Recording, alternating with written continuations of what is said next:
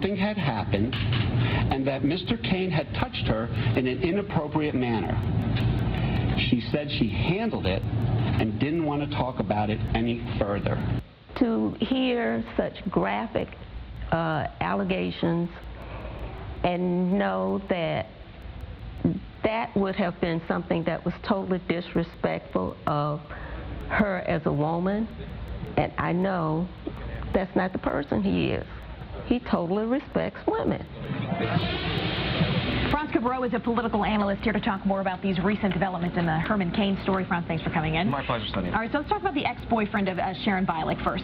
This is a person coming out, he says, independently and corroborating what she says. Does this lend credibility to her claims? No, like I said, I don't think it lends any kind of credibility, because you got to think about this. If the story had any veracity, she would have reported it back then. It would have. I mean, imagine the travesty of actually doing the things that she said that somebody did to her.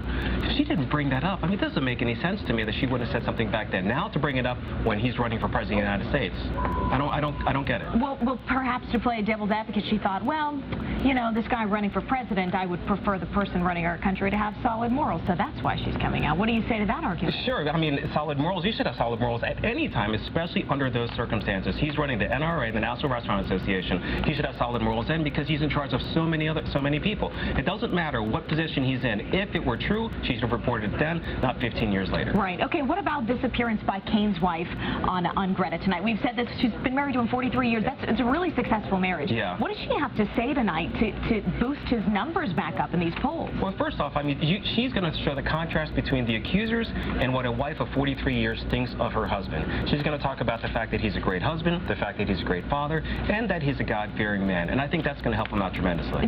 Now, some polls have shown him losing as much as 10 points in the past week. A, is this directly connected to these claims? And B, with her appearance, does that help him make up that lost ground? I do think the appearance will help him. It'll help stop the bleeding. But is it connected? Absolutely, these lost points are connected. Listen, the worst person for the Democrats to run against at this next election is Herman Cain. Because as I said before, the playbook for the Democrats has 2 pages. 1, class warfare, and 2, is a racial division.